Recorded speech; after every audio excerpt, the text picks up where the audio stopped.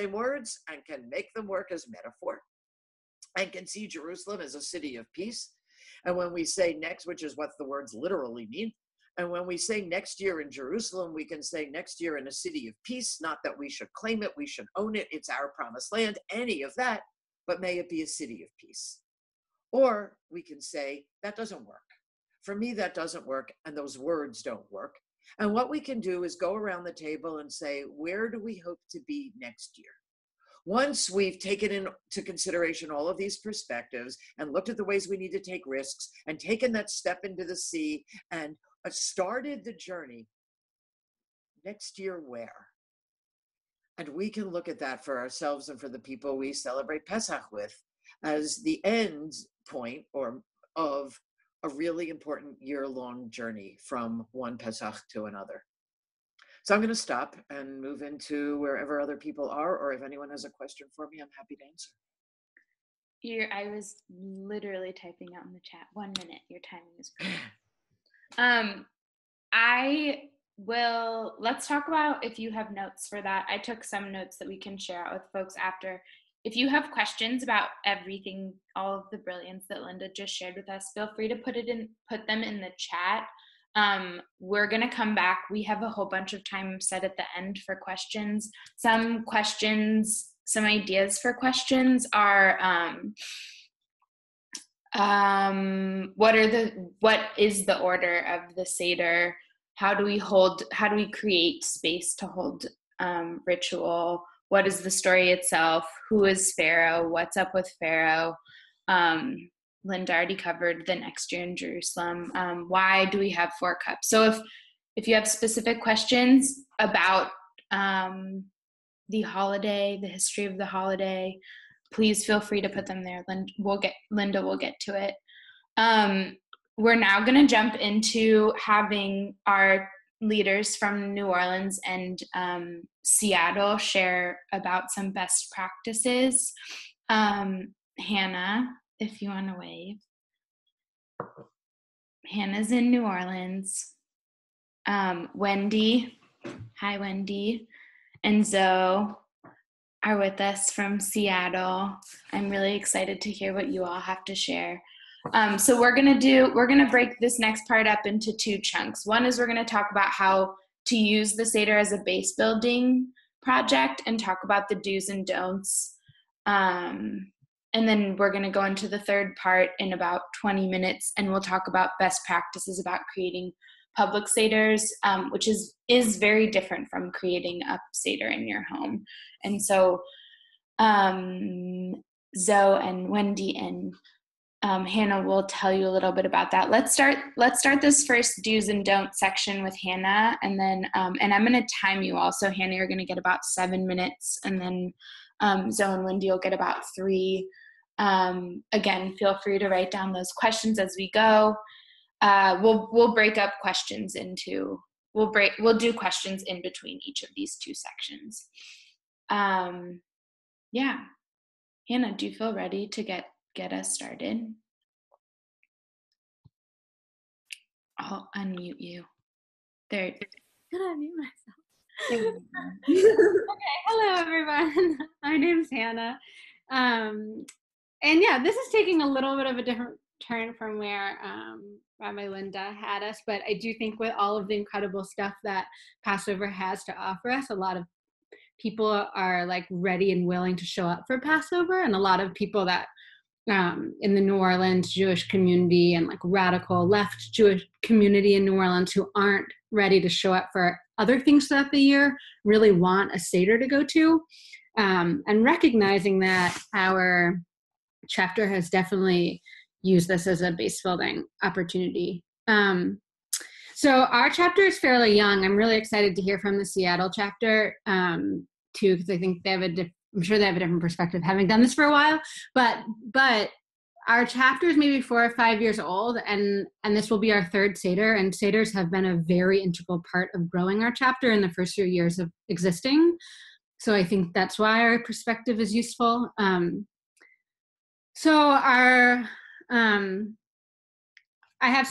mostly wrote them in do's, but the first do I would say in using base building in your seder is to just include new folks in planning the seder in a really big way. So not just like a small task like bringing tables and chairs. We certainly, like, because we have a seder between like 80 and 100 people, we need a lot of things to happen, but we've also really included people in the planning. So new folks who hadn't done JVP stuff barely at all were like huge players in the planning of our first couple seders.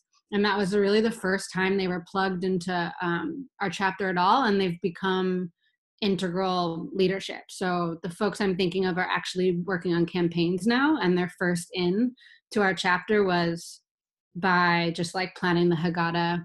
And, you know, we always make sure that we team folks with people who have been part of the chapter for a while, so no one's like at it alone. But yeah, it's been a really actually like pretty smooth way of getting new folks involved. And cooking, you know, that's like takes a really long time. It's a great relationship building activity. So I would, if it's not too late, definitely suggest that. And this year I would say, like, I'm not sure. So this is our third year, and I'm not sure that we have a bunch of really new folks who haven't done anything else that are on the Seder committee right now. However, we have some new folks who have come in the last like 6 months. And I would say what we're doing is like deepening the work with them. So we're working this year with Aurora Levins-Morales to write poetry and plan the themes of our Seder. She's in town in New Orleans. And I think bringing new folks who have only been part of our chapter for maybe 6 months to like sit in those conversations with her and with us has been like deepening those relationships and making sure that we can push those people into leadership in the next maybe year. So that's definitely a do, bring new people into the planning. We have also spent a lot of time thinking about our intended audience and the message we want to send to that audience. Aurora has really been helping us think about that this year, because each year we have a different message that's on our hearts and minds, and that we want our community to hear from us.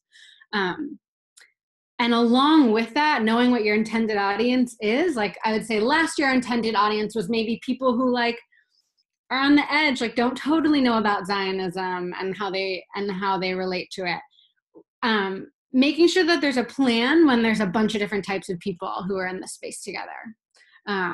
Like a harm reduction plan if people are offended by things or need time away. We did that our first year. We didn't do as well with that our second year. So I would definitely say that's a do, to have a plan for different types of people in the room. A simple one, I would just say that folks who are leaders in the chapter and who really know what's going on both with the Haggadah and the Seder and just with the chapter in general should be spread throughout the room. That's true at like all events, but definitely at a Seder when there's tons of people. Along the same lines, we always want to make sure there's clear ways for people to participate. I mean, I think Seattle is going to talk a little bit about making sure that there are ways for people to plug in for the future. But even right then in that moment, I think it's important that people like have a reading or can participate in discussion so that they're like getting jump started on like what it feels like to be part of that community. This one's related actually. My next do is getting a jump start on knowing what it's like to be part of that community. I was just at a Seder planning meeting the other night, and we were just talking about like, we need to put on the Seder that we want to have for our chapter and for ourselves, because that joy and that love and that community will spread, and that will be what keeps people coming back.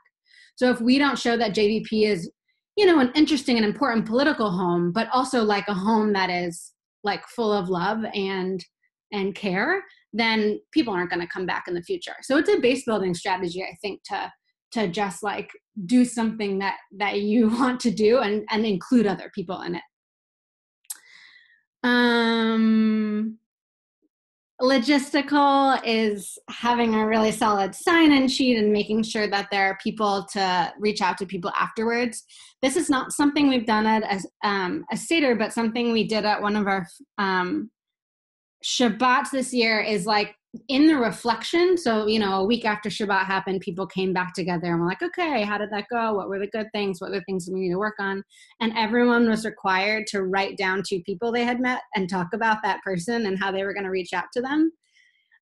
So having a plan ahead of time, I think for people, I think the leadership and folks who are involved in planning the Seder should know that part of their job going into that Seder is to make connections. It's to enjoy the Seder. It's to think about the themes.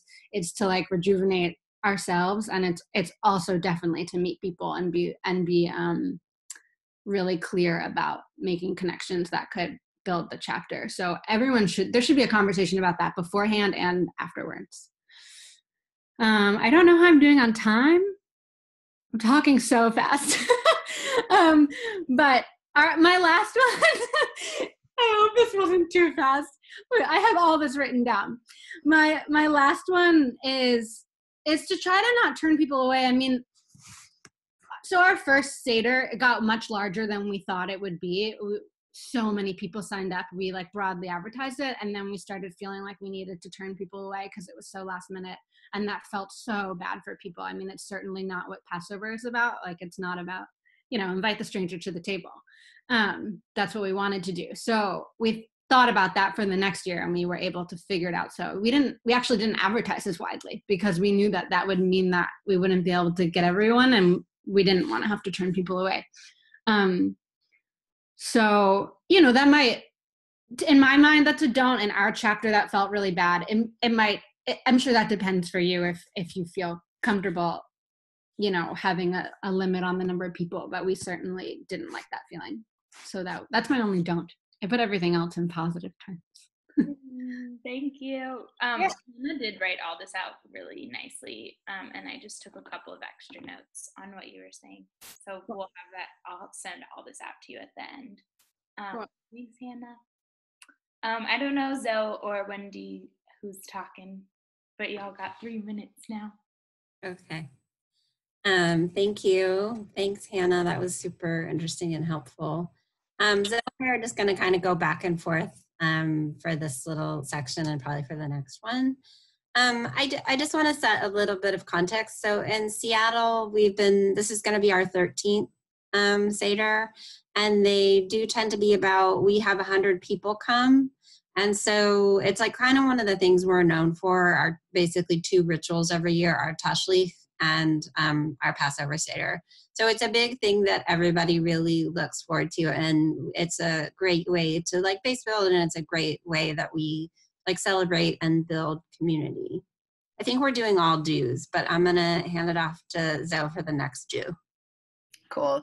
I was definitely organized into chapter work through Passover, so I really love our Passover ritual every year. And one thing that is a do that has worked for us that we just started doing is to have a welcome table. So we have lots of tables, usually like 15 maybe. And we got the feedback that some folks who came alone or who were newer felt like they didn't know anyone and it was harder to connect. So we have some chapter folks kind of host a welcome table. So when people are checking in, they get invited to sit at the welcome table if that's something they'd like to do. Cool. And then another thing we do is we always invite folks working like coalition partners or just people we know who are doing local work that connects to the work that we're doing around racial justice. We ask folks to speak during different sections. So we had someone from a local mosque talk about anti-Islamophobia work, and we were supporting that work. We have folks who are working to end the detention center outside of Seattle to close it down. So we have them come and speak about the work. So it's a way to invite other folks in who are doing work adjacent to ours and build connection with other communities that way. And adding to that, we really use the Seder as a time to connect with the campaign work that we've been doing and kind of give people almost like an annual update and invite people into the work. So this year we'll definitely be talking about the Deadly Exchange campaign that's going to be launching soon and inviting folks to come participate in that work. In the past, there have been invitations for folks to join in reading groups and stuff like that. So there's an open invitation for everyone who attends the Seder to connect with us after in various ways. Cool. Great timing. I have about 10 minutes now for us to have some crosstalk. So people who are just people who've been doing the list